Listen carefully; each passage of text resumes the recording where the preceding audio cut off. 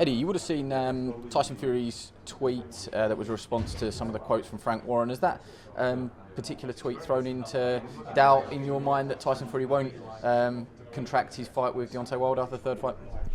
Do you know what? I haven't seen the tweet because Tyson Fury's blocked me on Twitter. So, no. What did it say? Frank Warren just said that you don't need all the belts Right. for Joshua against Fury. I did see something on Instagram. Was it Fury saying, "Where are you, Deontay Wilder?" Like, hurry up, basically. And No, it was more like that Frank Warren would be agreeing with Frank Warren that you don't need all the belts. right, okay, yeah. I mean, you don't need all the belts to have a fight, but when you want to be undisputed, like Anthony Joshua, that is the absolute focus of the fight. You know, it's very difficult when you get to a spot when you talk about undisputed fights to maintain your position and deal with all the mandatories. If you think back maybe a year ago when we were trying to negotiate the Deontay Wilder fight, I said this is the time where nobody has any obligations. We may never get in this position again. And I was right, because now we do have two mandatories that are awaiting. One is the winner of Saturday night's fight with Alexander Povetkin and Dillian Whyte, and the other side, of course, is the winner of Alexander Usyk against Derek Chisora. So there's a lot of juggling to be done. And for sure, Tyson Fury can fight Anthony Joshua, but to do so straight after his fight with Deontay Wilder, which God knows if we know if that is even going to happen, he would have to vacate his belt to do that, or Dillian Whyte would have to take step aside. Promise you now, that's not happening. So, but all of this is irrelevant unless Dillian Whyte wins on Saturday night. So, I agree with the fact that the fight can still be made without the belts, but from my point of view and my side, I know how driven Anthony Joshua is to be the undisputed heavyweight champion of the world. You know, he owns 4 belts at the moment, if you include the IBO. He's a 2-time world champion, and he wants to be undisputed. So, you know, if there's a way to keep those belts intact, fantastic. And at the moment, the only way to keep those belts intact from the WBC's point of view is for the winner of Wilder Fury to fight the winner of Whyte Povetkin. Do you think AJ, who's going to be there, and Tyson Fury, I'm sure he'll be watching, deep down would actually like to see Dillian Whyte slip up because it makes their lives easier? Not AJ. AJ and Dillian have got this quite weird thing. Do you know what I mean? Like, they could go at any time with each other and start rolling around. But I think there is a deep respect between the two. I think coming off that first fight between them, which was an absolute war, definitely there's the respect. I know that Dillian Whyte respects what AJ has achieved, and I know that AJ respects what Dillian Whyte has achieved. I know that AJ rates Dillian Whyte very highly. I know that Dillian Whyte rates AJ very highly. But there'll always be that fizz between them. I don't think AJ's the kind of guy that would hope that Dillian Whyte will lose on Saturday. He actually, I think, believes Alexander Povetkin will win on Saturday. I had a conversation with him the other day, and he thinks this is a massive, massive banana skin fight for Dillian Whyte. I wouldn't be surprised if someone on the other side hopes Dillian Whyte loses. Certainly, I don't think Tyson Fury really, thinks too deeply about it. But of course, in boxing, there's so much bitterness where it's like, oh, please, please, please lose. And most of the time in life, if you think like that, that'll work against you, by the way. So it's just a fascinating mix, isn't it, of a jigsaw, of a puzzle. And Saturday night is really the first to unlock that puzzle, to let us know what is happening. Right now, we have this situation. Of course, you saw the email from Maurizio Suleiman last night. It's in black and white. It's not going anywhere. We might as well face up to it. You see these interviews, oh, we won't do this, we won't. You're going to have to, mate.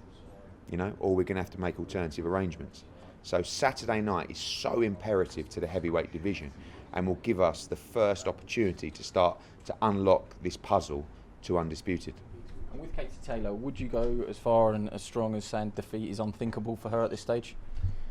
I mean, it's unthinkable for her because she's a winner. And, I hate to think what a defeat would do to Katie Taylor as an individual because, like I said, she's a born winner.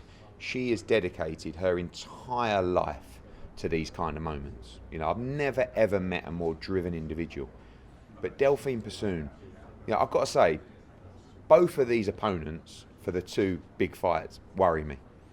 I've seen them in the gym. I've seen the footage. I know that you guys have been in the gym around the footage. You're all... Once Sky and all these commentators start sort of whispering to themselves after they see a workout. It's like, yeah, do you see? And they don't quite look me in the eye when asked what they saw in the workout. Yeah, he was all right, didn't look great. Yeah. And I know that with Povetkin, I know that with Persoon, these people are coming with the heat. They are coming with 120% of veracity to take this moment and to win on Saturday night. And I think the most fascinating thing about the Whyte Povetkin fight is the amount of texts I'm getting from industry people going, Povetkin's going to do this, you know. I'm telling you, I see this, I see that. And I'll be honest with you, you know, it is squeaky bum time. But it's great, isn't it? Because it makes you realise you've got a real fight. And I cannot wait for that moment of those two fights particularly, where we sit on that lawn on Saturday night in the most bizarre of circumstances and environments, coming off the most bizarrest of years, to just have no idea what's going to happen. And the way that 2020's gone, the way that fight camp's gone, don't think this is just going to play out of a comfortable Dillian Whyte win and a comfortable Katie Taylor win. No chance. It's going to be fireworks from 7 p.m. all the way through. And I expect cracker after cracker after cracker after cracker, and then a big bang cracker to just blow fight camp into 2021. Just hope it isn't that firework display in the next field. Wait till you see the fireworks. Yeah, okay. Final one. Big news overnight that you got also in your email inbox was Christina Thanders to fight Terri Harper. With that in mind, does that perhaps free up Natasha Jonas, who's going to be ringside? If Katie Taylor wins, would you be interested in doing Katie against Natasha, which was obviously a rerun of the Olympics? Yeah, it's fascinating. You know, this super featherweight, you know, again, another jigsaw and a puzzle, similar to the heavyweight division for the men.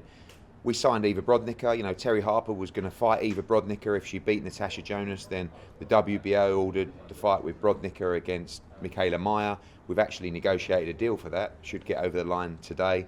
And then from the WBC's convention, they've ordered Christina Thanders, who has been mandatory for a long time in the WBC, with Sauerland to fight Terri Harper. So that's kind of like freezes the Natasha Jonas rematch just for now. I am willing to get that fight with Natasha Jonas and Terri Harper sewn up. You know, we can do Terri Harper out in November. Let's get Natasha Jonas a fight as well. Let's get that fight in the diary for February or March of next year, back in an arena. You know, try and see if we can have a big female fight that can sell out Sheffield Arena or Echo Arena. But also, there is that talk of Natasha Jonas against Katie Taylor. You know, after the Vivian Obernorth defeat, that fight was completely dead. It's crazy. But when I signed both of those, it was only with a vision to put them together. You know, the rematch of the semi-final from 2012 Olympics. And I think Natasha Jonas's draw against Terri Harper gave her all the credibility to stand in and fight Katie Taylor. So I don't think Katie's sort of thinking about Natasha Jonas, but there has been some conversations with Katie's team to say that's all of a sudden a very relevant fight. So I will be sitting down with Natasha Jonas and her team.